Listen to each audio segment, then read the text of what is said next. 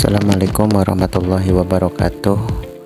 Kita akan belajar mata pelajaran pendidikan Pancasila dan kewarganegaraan kelas 10 semester 1 pada bab 1, yaitu kita akan belajar tentang Pancasila dalam kehidupan berbangsa dan bernegara.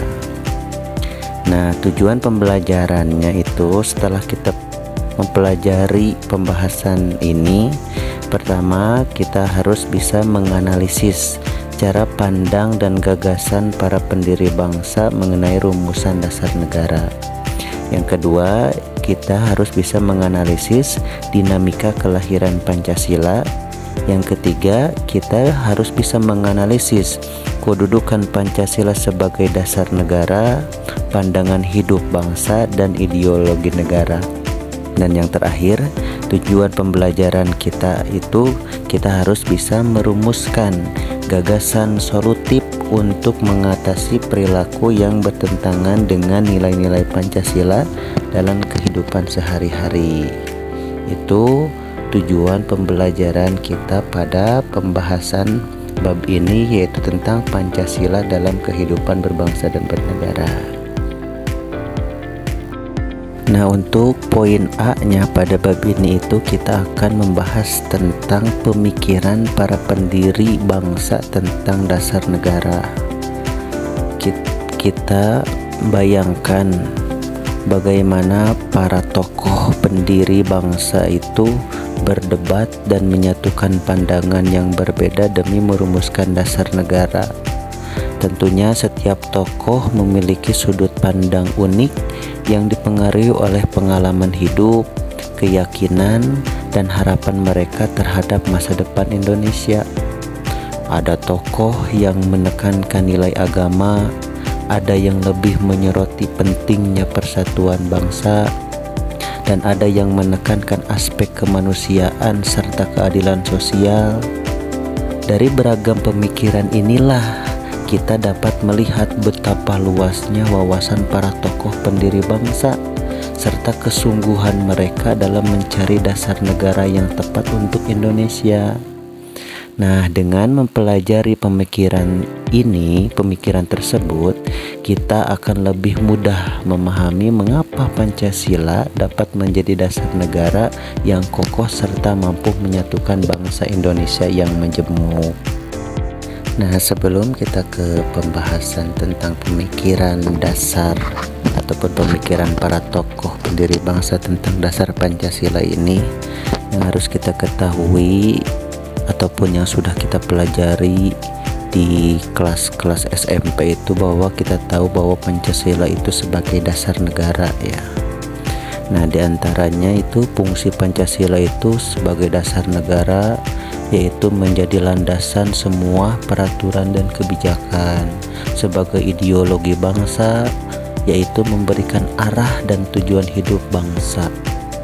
Terus pandangan hidup yaitu pembimbing perilaku sehari-hari. Terus Pancasila juga sebagai pemersatu bangsa, yaitu mengikat keberagaman menjadi kesatuan. Nah, terus yang harus kita selalu ingat itu tentang makna Pancasila ataupun arti dari setiap sila Pancasila yang 5 itu. Sila pertama yang berbunyi ketuhanan yang Maha Esa, yaitu maknanya mengajari kita untuk beriman dan bertakwa sesuai agama masing-masing serta saling menghormati antar umat beragama. Sila kedua berbunyi kemanusiaan yang adil dan beradab. Maknanya itu mengajarkan sikap saling menghargai, peduli, dan memperlakukan sesama dengan adil serta berperilaku baik. Sila ketiga yang berbunyi persatuan Indonesia. Maknanya yaitu menumbuhkan rasa cinta tanah air, menjaga persatuan, dan menghargai perbedaan. Sila keempat, kerakyatan yang dipimpin oleh hikmat kebijaksanaan dalam permusyawaratan perwakilan, yaitu mengajarkan pentingnya musyawarah, demokrasi, dan mendahulukan kepentingan bersama. Dan sila kelima yang berbunyi keadilan sosial bagi seluruh rakyat Indonesia itu mengajarkan kita untuk hidup adil, membantu sesama, dan bekerja sama demi kesejahteraan bersama. Nah, terus pada poin A itu tentang pemikiran para pendiri bangsa tentang dasar negara itu, poin 1 yang akan dibahas itu tentang pembentukan BPUPK ataupun BPUPKI. Nah, bangsa Indonesia itu kan memiliki sejarah perjuangan yang panjang dalam melawan penjajahan. Sejarah tersebut mencatat bahwa kita pernah melakukan perlawanan terhadap penjajahan yang dilakukan oleh Belanda hingga Jepang. Pada awal masa penjajahan Jepang, Indonesia menyambut kedatangan Jepang di Indonesia. Namun pada kenyataannya, perlakuan Jepang terhadap Indonesia itu tidak jauh lebih baik ketika Indonesia berada dalam masa penjajahan Belanda.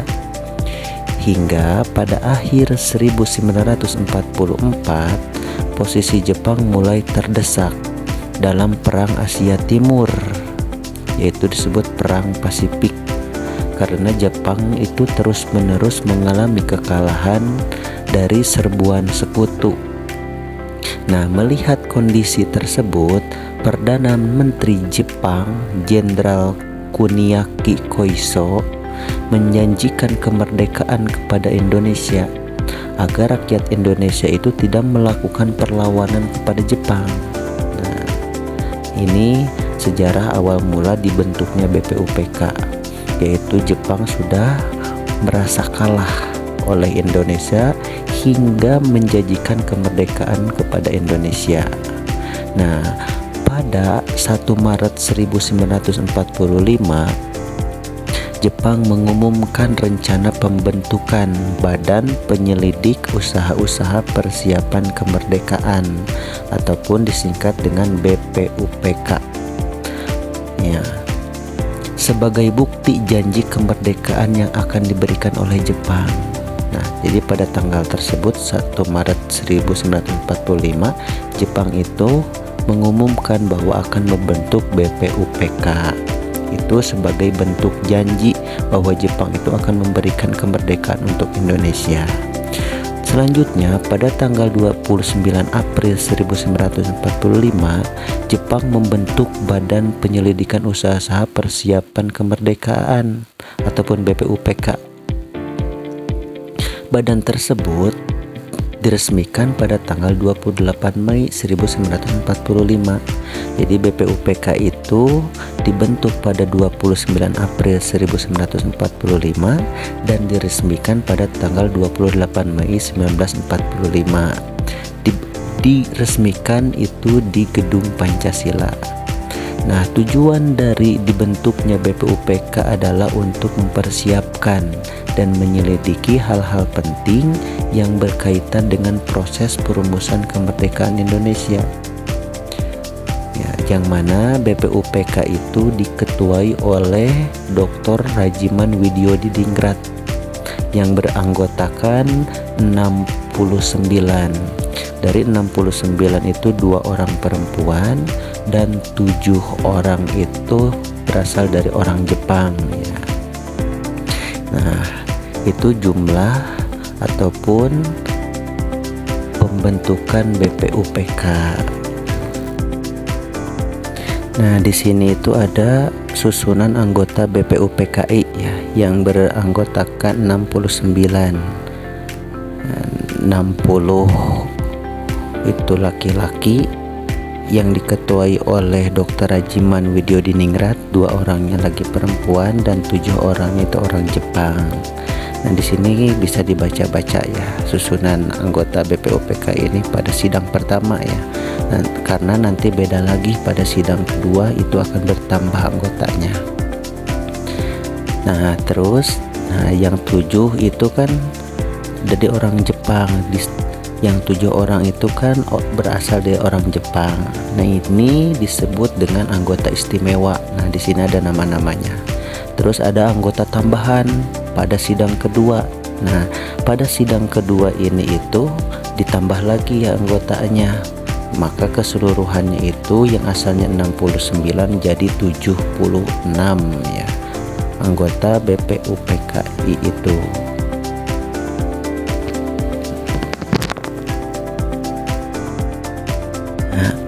Nah, setelah BPUPK dibentuk dan diresmikan yang berjumlah 69 orang itu, ternyata BPUPKI itu telah mengadakan 2 kali sidang ya. Yang mana 2 kali sidang itu, sidang pertama dilaksanakan pada tanggal 29 Mei sampai 1 Juni. Berarti selama 29, tanggal 30 dan tanggal 31 dan tanggal 1 selama 4 hari ya. Terus melaksanakan sidang lagi, sidang kedua yaitu pada tanggal 10 sampai 17 Juli 1945. Nah, persidangan pertama itu membahas mengenai dasar negara ya. Membahas tentang dasar negara yaitu Pancasila. Sementara sidang kedua itu membahas mengenai rancangan undang-undang dasar. Nah, di sini poin keduanya, setelah pembentukan BPUPK itu kita akan membahas tentang gagasan dalam sidang pertama, yang mana sidang pertama dilangsungkan pada tanggal 29 Mei sampai 1 Juni 1945. Dalam sidang tersebut Dr. Rajiman Widyodiningrat sebagai ketua BPUPK menyampaikan sebuah pertanyaan mendasar yang sangat penting kepada seluruh anggota BPUPK, yaitu mengenai dasar apa yang akan digunakan untuk membentuk negara Indonesia yang merdeka. Itu pertanyaan ketua BPUPK tentang dasar apa yang akan dijadikan dasar membentuk negara Indonesia merdeka. Nah, pertanyaan ini bukanlah pertanyaan biasa, sebab jawaban dari pertanyaan ini akan menjadi pondasi utama bagi arah dan bentuk negara Indonesia di masa depan. Pertanyaan itu pun memicu berbagai pemikiran dari tokoh-tokoh bangsa yang hadir dalam sidang. Perbedaan pemikiran ini menunjukkan betapa pentingnya mencari dasar negara yang dapat menjadi pijakan bersama bagi seluruh rakyat Indonesia. Dan hal ini pun menjadi bukti bahwa perumusan dasar negara memerlukan proses diskusi yang mendalam dan penuh pertimbangan. Nah, karena persidangan pertama itu membahas dasar negara yang dipenuhi dengan diskusi yang mendalam. Nah, di sini itu ada tabel susunan pembicara-pembicara pada sidang pertama ya. Dari mulai sidang pertama dari tanggal 29, tanggal 30, 31 dan tanggal 1 Juninya. Ini susunan para pembicara-pembicara. Silahkan dibaca-baca nama-namanya. Nah, selanjutnya disebutkan bahwa dalam sidang BPUPK yang pertama itu terdapat 3 tokoh yang berusaha menjawab pertanyaan mengenai dasar negara. Yang ketiga tokoh itu ada Muhammad Yamin, Supomo, dan Insinyur Soekarno. Nah, yang pertama Muhammad Yamin itu mengusulkan bahwa dasar negara itu harus ada unsur pri kebangsaan, yang kedua pri kemanusiaan, yang ketiga pri ketuhanan, keempat pri kerakyatan, dan kelima kesejahteraan rakyat. Itu unsur-unsur yang diusulkan oleh Muhammad Yamin. Yang kedua ada Supomo ya, mengusulkan itu pada tanggal 31 Mei 1945, yang mana Supomo ini mengusulkan bahwa dasar negara itu harus ada unsur persatuan, kekeluargaan, keseimbangan lahir dan batin, musyawarah, keadilan rakyat. Itu unsur dari Supomo. Terus tokoh yang ketiga yang memberikan usulan itu ada Insinyur Soekarno, yaitu pada tanggal 1 Juni 1945 pada hari terakhir sidang pertama.